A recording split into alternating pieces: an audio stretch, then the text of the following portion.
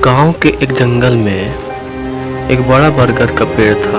उस पेड़ पर एक कौवा और एक टूनी चिड़िया रहती थी। टूनी चिड़िया बड़ी परिश्रमी और फुर्तीली थी, परंतु कौवा बड़ा आलसी था। दिन भर बरगद के डाल पर बैठा रहता।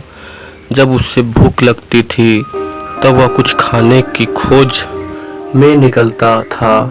कभी जूठन खाता तो कभी किसी के घर में से कुछ चुरा लेता। जब उसे कुछ न मिलता तो घरों की मुंडेरों पर बैठकर काव काव करता।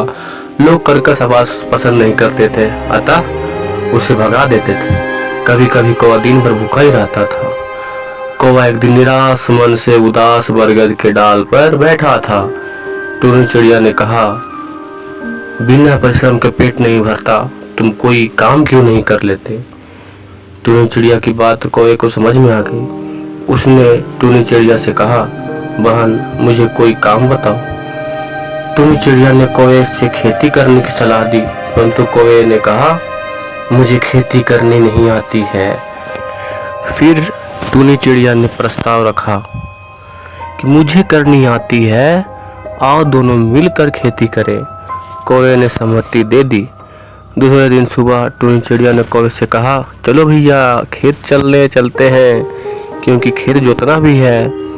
कौवा बड़ा कामचोर था और आलसी भी था। तुरंत बोला, तू चल मैं आता हूँ, शीतल जल में नहाता हूँ, मंदिर दिया जलाता हूँ। टूनी चिड़िया ने खेत पर जाकर हल चलाने लगी। टूनी चिड़िया ने पूरा खेत जोत डाला, परंतु कौवा नहीं आया।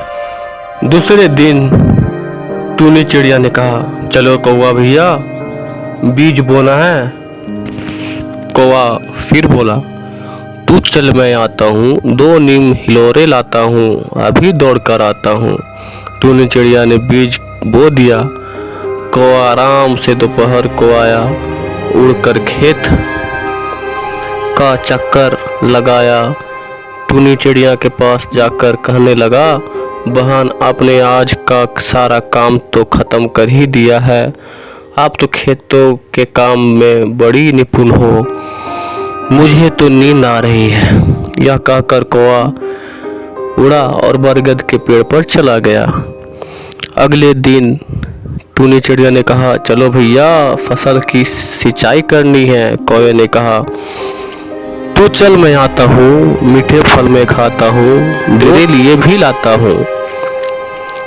टूनी चिड़िया ने खेत की सिंचाई भी कर दी। धीरे धीरे पौधे उग गए, फसल लहलहाने लगे।